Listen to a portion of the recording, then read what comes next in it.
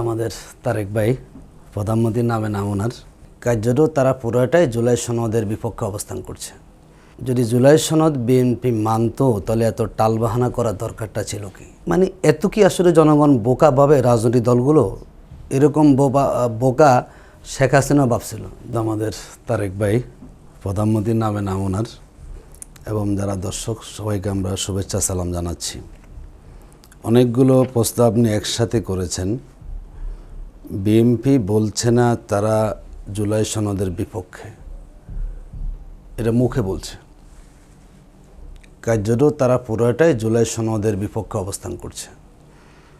যদি জুলাই সনদ বিএনপি মানতো তাহলে এত টালবাহানা করার দরকারটা ছিল কি? যেই জনগণের ভোটে আপনি 50-51% ভোটে ক্ষমতায় এসে সরকার গঠন করেছেন, সেই জনগণের মতটাকে আপনার কাছে খুব গুরুত্বপূর্ণ। তারা জনগণ। আর যে 70% ভোট দিও তারা জনগণ, তারা সব অবুঝ, তারা কিছুই বোঝে না। সেই জনগণের মতামতটাকে আপনি কোনো গুরুত্বই দিচ্ছেন না। দেখুন, যদি জুলাই সনদ, আমাদের আপত্তিটা কোথায়? আমরা রাষ্ট্র সংস্কারের কথা বলছি এবং রাষ্ট্র সংস্কারের মৌলিক পার্ট হচ্ছে আপনাকে সংবিধান সংস্কার করতে হবে।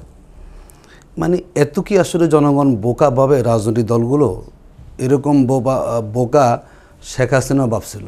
বোকা ভেবে 15 বছর বসে সংসদে টিকতে পারে নাই। একটা দেশে যদি সংবিধান সংস্কার করতে হয়, এটি কি সংগঠনের এটা 2/3 মেজরিটি পার্লামেন্টে থাকলেই কি সংবিধান সংস্কার করা যায়?